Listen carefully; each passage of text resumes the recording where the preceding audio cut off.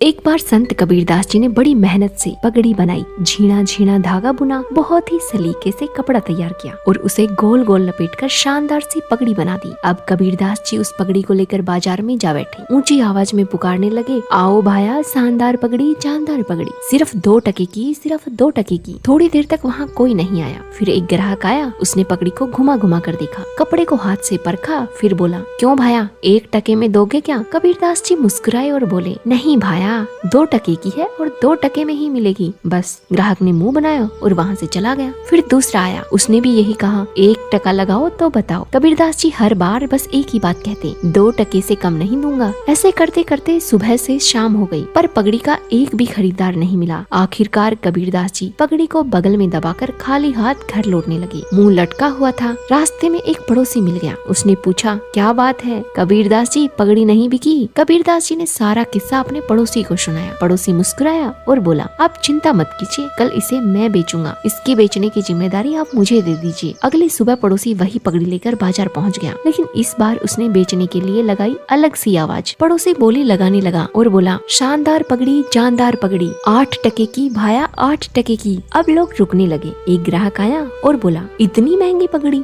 जरा दिखाओ तो। पड़ोसी बोला, भाई पगड़ी भी तो देखो, ऐसी शानदार चीज है, हर जगह नहीं मिलती ऐसी पगड़ी। ग्राहक बोला, चलो कुछ दाम सस्ते करो। पड़ोसी बोला, ठीक है, आप मुझे सही ग्राहक लगते हैं, 7 टके में ले लीजिए। ग्राहक बोला, नहीं नहीं, 6 टके दूंगा। थोड़ी देर बहस चलने के बाद पड़ोसी 6 टके में मान गया और उसने 6 टके में वो पगड़ी उस ग्राहक को बेच दी। बस 1 घंटे के अंदर ही पगड़ी बिक गई। पड़ोसी पैसे लेकर कबीरदास जी के पास पहुंचा और उनके चरणों में 6 टके रख दिए। कबीरदास जी मुस्कुराए और बोले, सत्य गया पाताल में, झूठ रहा जग झाए, 2 टके की पगड़ी 6 टके में जाए। इस कहानी से हमें यही शिक्षा मिलती है, सत्य को परखने वाले इस जग में बहुत कम लोग हैं। संसार में हमेशा सत्य का सही मूल्य नहीं मिलता, लेकिन झूठ बहुत ज्यादा कीमत पर जल्दी बिक जाता है।